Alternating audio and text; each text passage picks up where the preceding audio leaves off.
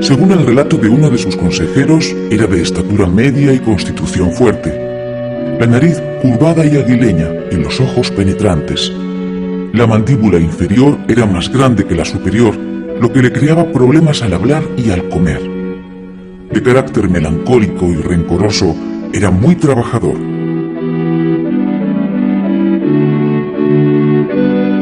Carlos era considerado el arquetipo del príncipe renacentista, culto, educado en el arte de la guerra y de una religiosidad profunda. En el año 1517, Carlos de Habsburgo se disponía a viajar desde Bruselas a la península para posesionarse de las coronas de Castilla y Aragón. En aquel tiempo la situación en los reinos hispánicos era bastante problemática. La muerte de Fernando el Católico, acaecida en 1516, planteaba graves incógnitas sucesorias. En el palacio de Tordesillas se encontraba recluida Juana, legítima heredera de la corona, pero apartada del gobierno a instancias de su marido y de su padre. Por esta época tenía 38 años. Su única compañía y consuelo era su hija Catalina, nacida tras la muerte de Felipe el Hermoso en 1506, a la que Juana se aferró mientras le fue posible.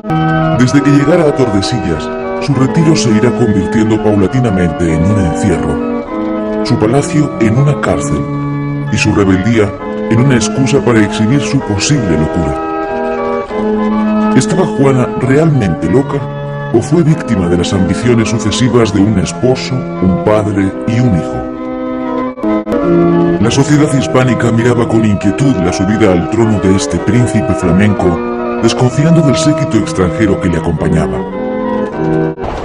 El joven príncipe se educó en Flandes, rodeado de preceptores flamencos, en un entorno cultural alejado de las tradiciones hispánicas y dentro del lujoso protocolo de la Casa de Borgoña. Su madre, Juana, junto a su esposo Felipe, habían vuelto a Castilla cuando Carlos apenas contaba un año de edad. Entre todas las ciudades que guardan la memoria de Carlos, es en Bruselas donde se inició su reinado en el año 1516, cuando a la muerte de Fernando el Católico es proclamado su sucesor. También será en esta ciudad donde se celebre la solemne ceremonia de abdicación en 1556.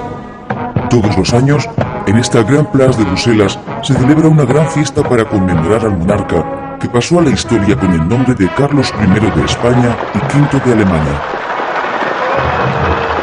Como cualquier niño flamenco de su época, Carlos solo hablaba el idioma francés. El castellano lo aprendería más tarde y nunca supo alemán. El francés era la lengua que utilizaba para cartearse con sus hermanos, así como la lengua oficial del imperio. Carlos de Habsburgo nació en esta ciudad belga de Gante, y aquí fue bautizado. Se trata del primer varón, segundo hijo de Felipe el Hermoso y Juana la Loca. Las muertes sucesivas de hasta 5 príncipes y princesas que le antecedían en la sucesión a los tronos hispánicos y la presunta locura de su madre le convirtieron con tan solo 17 años en el soberano de un gran imperio. Carlos recibió una herencia inmensa, producto de la política matrimonial de sus 4 abuelos, representados en esta sala renacentista del franconato de la ciudad de Brujas. De su abuela paterna, María de Borgoña, recibió las tierras del condado de Borgoña en los Países Bajos. De su abuelo paterno, el emperador Maximiliano de Austria, los estados de los Habsburgo en el sudeste de Alemania y el título de emperador a partir de 1521. De su abuelo materno, Fernando el Católico, la corona de Aragón y los dominios de Nápoles, Sicilia y Cerdeña. Y por último, de Isabel la Católica, la corona de Castilla con los territorios recién conquistados en América y norte de África.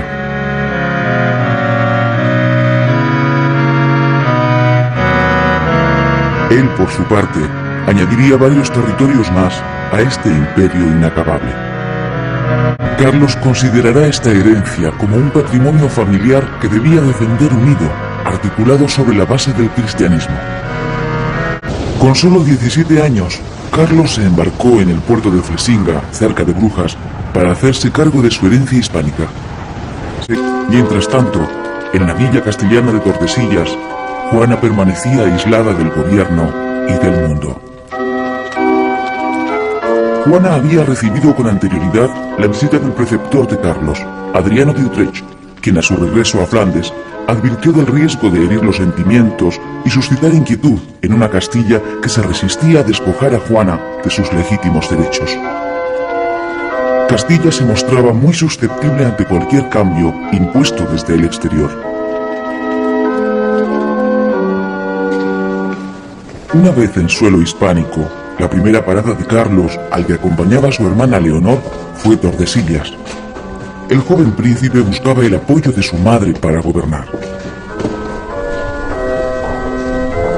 Su abuelo, Fernando el Católico, había mostrado predilección por el hermano menor de Carlos, Fernando, que era también el favorito de una parte de la nobleza y del pueblo, pues había nacido en Castilla, y al contrario de su hermano, hablaba castellano.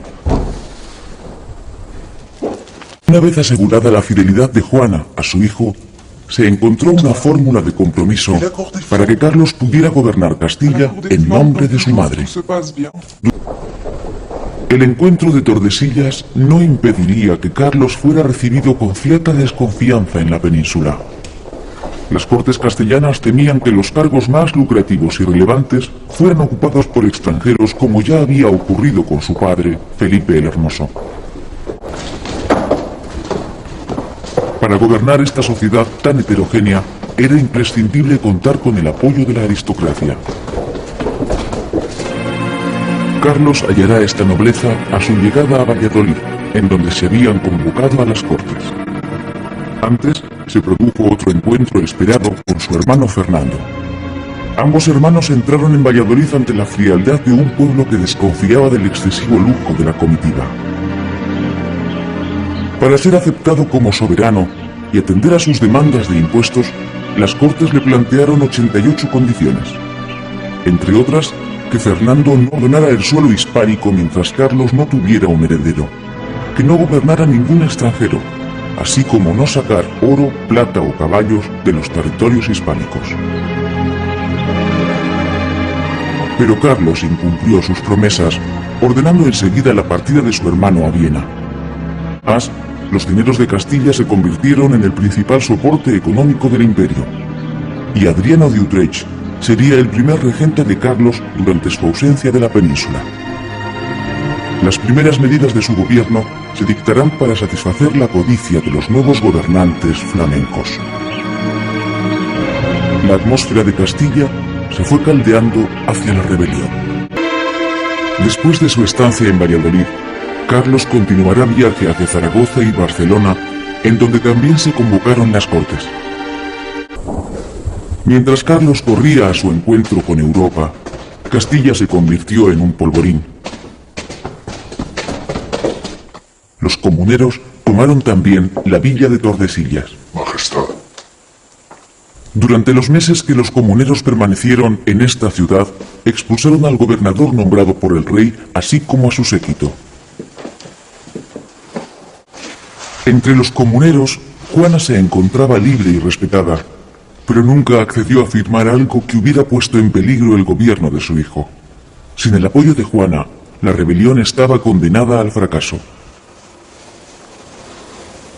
Por otra parte, la alta nobleza vio amenazados sus intereses a causa de la radicalización progresiva de las revueltas y el creciente poder de los burgueses, colocándose al lado de la monarquía.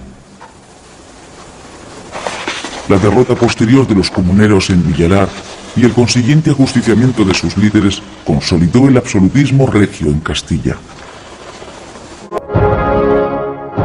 Mientras los reinos hispánicos se convulsionaban por las comunidades castellanas y las germanías de Valencia y Mallorca, Carlos era coronado emperador en la capilla palatina de Aquisgrán, en el mismo lugar donde antes había sido investido Carlomagno.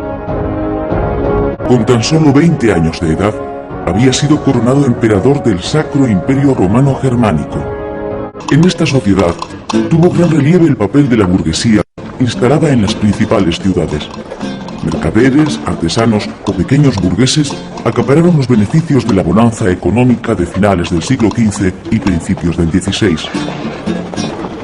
La mayoría de la población, unas 6 millones de personas, permanecía en el campo, sobreviviendo en pequeñas aldeas a las hambrunas de la época. La tarea más difícil que se le presentó a la sociedad hispánica era la de adaptarse a las nuevas expectativas creadas a partir de su inclusión en un proyecto universal. En la España de Carlos V coexistían 3 intereses diferentes y a veces contrapuestos. Por un lado, Sevilla se volcaba al comercio con América. Castilla del Norte estaba ligada económicamente a Flandes y a la Europa del Norte. Y por último, la Corona de Aragón seguía mostrando sus preferencias por los mercados del Mediterráneo. Otro problema era el de la mano de obra. Una industria joven y en expansión se encontraba de repente desbordada por una enorme demanda tanto del interior como del exterior. Hay que tener presente también las secuelas de la rebelión comunera. La derrota en Villalar no había enterrado las reivindicaciones legítimas planteadas durante el conflicto, como la de los sectores de la producción textil que se oponían a la exportación masiva de la lana. En el año 1525, al contemplar la magnitud de la tarea que se le presentaba, era ya consciente de que no debía fracasar. En la primavera del año 1526, Carlos V llegaba a Sevilla. Allí le esperaba Isabel de Portugal, con la que iba a desposarse. Isabel había sido la elegida entre las varias candidatas una vez que se descartó a cualquier princesa del Reino de Francia debido a la enemistad entre ambos soberanos. La candidata de Inglaterra, María Tudor, solo tenía 6 años y hubiera supuesto una espera demasiado larga para unos súbditos castellanos que venían apremiándole para que se casara y que habían mostrado su predilección por una princesa del país más cercano, Portugal. En la elección de Isabel, es posible adivinar el reconocimiento del emperador hacia las legítimas peticiones que Castilla le planteó a su llegada en 1517. Además, Carlos necesitaba una persona de la confianza de Castilla a la que dejar la regencia del reino cuando él estuviera ausente. En la boda coincidieron intereses económicos y políticos, pero una vez que se conocieron, ambos cónyuges se convirtieron en una de las parejas más entrañables. Las crónicas de la época hablan de la boda y del amor que surgió súbitamente entre ellos. Isabel de Portugal fue una buena regente. Su temprana muerte en el año 1539, a los 10 días de haber dado a luz a su 7º hijo, conmovió al emperador tan profundamente que ya no volvería a casarse. En una carta dirigida a su hermano Fernando, le dice que solo su fe le consuela de tan terrible pérdida.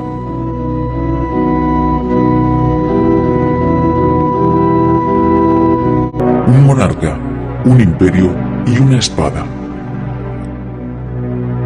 La idea unitaria del emperador, junto a una fe católica inquebrantable, va a chocar con la oposición de sus 3 enemigos históricos: Francisco I, rey de Francia; Solimán el Magnífico, emperador de los turcos; y Martín Lutero, el monje agustino que protagonizará el gran cisma de la cristiandad del siglo XVI.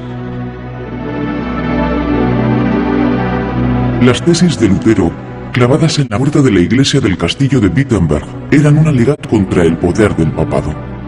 Estas proposiciones defendían la libre interpretación de la Biblia como única forma de alcanzar la salvación. Asimismo, Carlos V, tras la gran victoria conseguida en Mühlberg contra las tropas protestantes de la Liga de Esmalcalda, creyó haber puesto fin a la amenaza luterana. El emperador que dirigió el avance de sus tropas no solo mandó a Tiziano perpetuar esta victoria, sino que él mismo relató los pormenores de esta batalla. Los dominios del emperador en Italia, con el ducado de Milán, Nápoles y Sicilia, hicieron que el propio Papa llegara a sentirse acorralado. Se formó entonces una alianza en contra del imperio, compuesta por el papado, Francia y las repúblicas de Florencia y Venecia.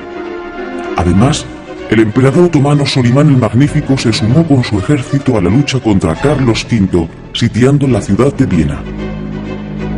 En este contexto se produjo el sorprendente suceso conocido como el Saco de Roma. El día 6 de mayo de 1527, tras un corto asedio, los ejércitos del emperador tomaron Roma, sometiéndola a un feroz y brutal saqueo.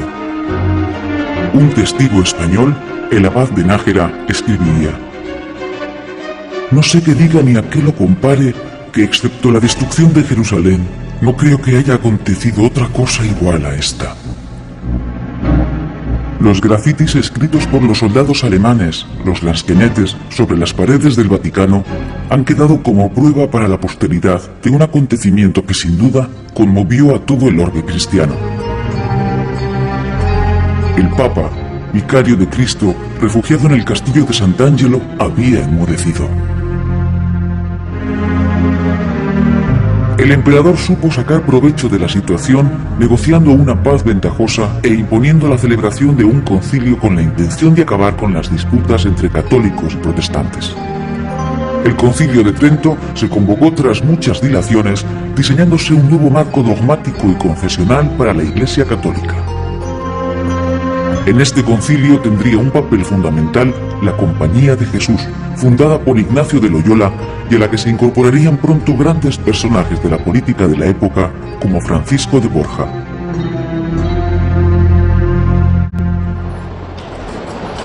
La liberación del pontífice y la firma de la paz entre Carlos V y Clemente VII trajeron la vuelta a la normalidad y el restablecimiento del orden. A partir de ese momento, Carlos no aspiraba a otra cosa que ser coronado como rey de romanos por el Papa.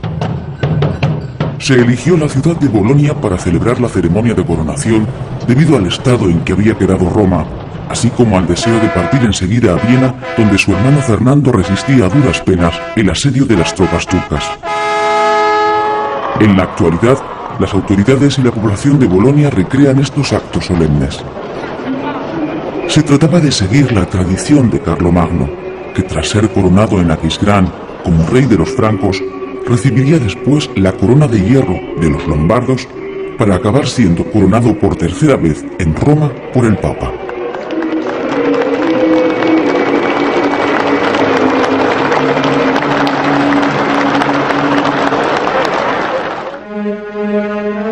Tras la doble coronación de Bolonia, Carlos V alcanzó el punto álgido de su poder y su gloria. Había llegado el momento de medir sus fuerzas contra el otro emperador del mundo, Solimán el Magnífico. El ejército turco había logrado una gran victoria sobre el rey de Hungría, casado con una hermana de Carlos, con lo que Viena se había convertido en una frontera peligrosa entre los dos imperios. El ejército imperial se dispuso enseguida a socorrer el sitio de Viena, pero el encuentro entre los dos hombres más poderosos del mundo no tuvo lugar, porque Solimán levantó el cerco de la ciudad y se marchó en retirada. Los barcos turcos constituían una pesadilla para las comunicaciones por el Mediterráneo. Los saqueos de las costas españolas y de sus posesiones en África eran continuos. La ciudad de Túnez había caído en poder de Barbarroja. El emperador armó entonces una potente flota para atacar Túnez en el verano de 1535. Carlos V se embarcó con la flota que zarpó del puerto de Barcelona y cruzó el Mediterráneo, asaltando primero la plaza fuerte de la Goleta y poniendo a continuación cerco a Túnez. La toma de esta ciudad constituyó uno de los triunfos más resonantes de Carlos V. El paso del tiempo minimizó esta victoria, pues el poder berberisco apenas resultó dañado. Barbarroja consiguió huir refugiándose en Argel, y cuando en el año 1541 el emperador quiso repetir en esta ciudad el triunfo de Túnez, fracasó en su intento de tomar esta plaza, que se había convertido en un nido de piratas.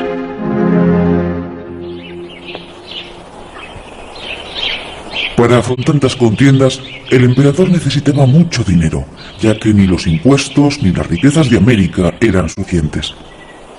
Carlos V tuvo que recurrir muchas veces a los banqueros alemanes, en especial a la familia Fugger. Los Fugger consiguieron importantes concesiones a cambio de préstamos, como las minas de mercurio de Almadén, y terminaron instalándose en Castilla, convirtiendo a Almagro en su sede, lugar que diseñaron como si se tratara de una ciudad alemana. Los altos intereses que los banqueros imponían a sus préstamos hizo que la deuda se triplicara. Esta sangría económica pesó como una losa sobre los reinos hispánicos. Ni los tesoros que llegaban de América impedirían el posterior desastre económico. Por esta ciudad de Sevilla pasó todo el oro y la plata que se enviaba desde América, lo que originó una transformación social y urbanística de la ciudad, así como una fuerte expansión demográfica. En el siglo XVI, Sevilla albergaba una población de alrededor de 150.000 habitantes. Esta ciudad se consideraba como la más cosmopolita de toda la península. Sevilla también se llenó de conventos como consecuencia de la llegada de numerosos clérigos que embarcaban luego con destino a América. La nobleza adornaría la ciudad con palacios, como la casa de Pilatos, perteneciente a la familia de Alba. Mendigos, titiriteros, ladrones, pícaros, lisiados que comen a diario la sopa boba de los conventos, componían la otra cara de la moneda de la nobleza, los clérigos y los banqueros. La singular convivencia de unos con otros dio lugar a todo un género literario, la novela picaresca, y dentro de ella a una obra de alcance universal, El Lazarillo de Tormes.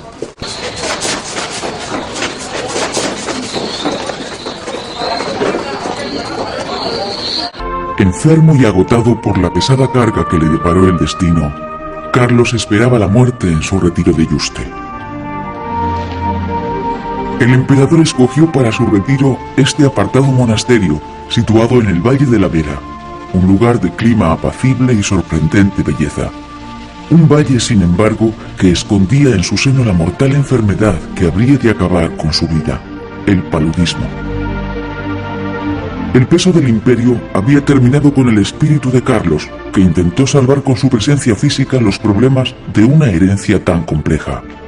La solemne ceremonia de abdicación celebrada en Bruselas en 1556 supuso el adiós definitivo al trono. Los reinos hispánicos con todas sus posesiones, los Países Bajos y el Ducado de Milán, quedarían en manos de su hijo Felipe. La corona imperial pasaría a su hermano Fernando. En el retiro de Yuste, el emperador ocupaba su tiempo en los quehaceres más diversos, como el despacho de asuntos de Estado por correo, la pesca en el estanque, paseos por el jardín, lecturas. También escribía sus memorias, desmontaba y volvía a montar sus numerosos relojes, rezaba y departía con su confesor Fray Juan de Regla, con el que le gustaba comentar los textos de los libros piadosos, como las Confesiones de San Agustín. Desde Yuste seguiría de cerca todos los asuntos públicos a los que hubieron de enfrentarse tanto su hijo Felipe, que permanecía aún en Bruselas, como su hija Juana, que actuaba de regente. Hasta aquí le persiguió a Carlos la sombra de su peor enemigo, el protestantismo. Por entonces se descubrieron dos focos de luteranismo en Valladolid y Sevilla. El rencor con el que solicitó a su hija Juana que cortara de raíz cualquier sospecha de herejía entre sus súbditos da idea de la amargura que el cisma religioso le causaba. El emperador tuvo varios hijos ilegítimos, como Margarita de Parma, gobernante en los Países Bajos. Durante su retiro en Yuste, Carlos tendrá la ocasión de conocer a su último hijo, fruto de la unión a la edad de 47 años con una joven de origen alemán, Bárbara de Blumberg. El niño Jeromín, que años más tarde sería conocido como Don Juan de Austria y que daría a Felipe II su triunfo más sonado, Lepanto, tenía en esos momentos 11 años y había sido educado de forma oculta en Leganés bajo el nombre de Jerónimo. Desde 1554, y por indicación del emperador, quedó bajo la custodia de doña Magdalena de Ulloa, mujer de su mayordomo mayor, don Luis Méndez de Quijada. En el verano de 1558, Quijada abandonó el monasterio para regresar poco después con su mujer y el niño, instalándose en el cercano pueblo de Cuacos de Yuste. Carlos deseaba tener cerca y ver a menudo a este postrer hijo suyo. Además, Carlos recomendó a su hijo y heredero Felipe II que la reconociera como hermano.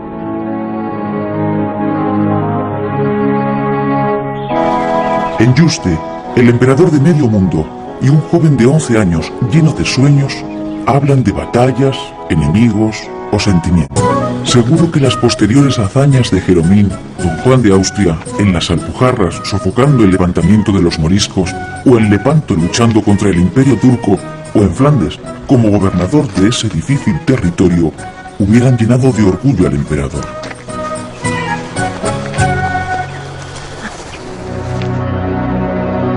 El reinado de Carlos V puede considerarse como una transición entre dos mundos, el medieval y el moderno. El sueño europeo del emperador, la Universitas Cristiana, nunca llegó a consolidarse, pues las nacionalidades europeas emergentes lo impidieron. Desde su dormitorio en el monasterio de Yuste, abierto hacia la capilla del convento y con la vista fija en el cuadro de Tiziano, La Gloria, Carlos consumía sus últimos días. Allí en Yuste, esperaba tranquilo a la muerte, escribiendo a su hijo Felipe una carta que nunca terminaría. Pidió a Tiziano que le pintara dentro del cuadro, arrodillado a los pies de Dios, junto a su mujer y su hijo Felipe. Con la elección del monasterio extremeño de Yuste para pasar los últimos días de su vida, culminaba el creciente afecto que le fue uniendo con los territorios hispánicos desde su primera llegada en 1517. Desde que Carlos de Habsburgo llegara a Tordesillas para encontrarse con su madre Juana, se había producido una paulatina castellanización de Carlos V que trascendía al mero hecho de que Castilla se hubiera convertido en el principal soporte económico del imperio. El primer paso importante en este proceso había sido su boda con Isabel de Portugal, continuando la política matrimonial de sus abuelos los reyes católicos. La política de su esposa Isabel como regente, en los largos años de ausencia del emperador, había seguido también esa misma línea. Su heredero, el futuro Felipe II, había sido educado en Castilla. Parecía que la herencia de los derrotados comuneros de Villalar se había impuesto a los sueños imperiales de una política distante y distinta de las tradiciones hispánicas. Este proceso de españolización del emperador, con Castilla como principal eje de referencia, se hizo patente en el encuentro entre Carlos V y el Papa Clemente VII en Bolonia con motivo de la coronación imperial. Carlos saludó al Papa en castellano, no en francés, que era su lengua vernácula, ni en latín, que era la lengua diplomática. En 1536, ante otro Papa, Paulo III, Carlos V vuelve a expresarse en castellano. La unión paulatina de Carlos V con los reinos hispánicos se cerraría con la elección del retiro de Yuste. Carlos V moriría el día 21 de septiembre de 1558. Dejaba a su heredero, Felipe II, una enorme herencia repartida por todo el mundo.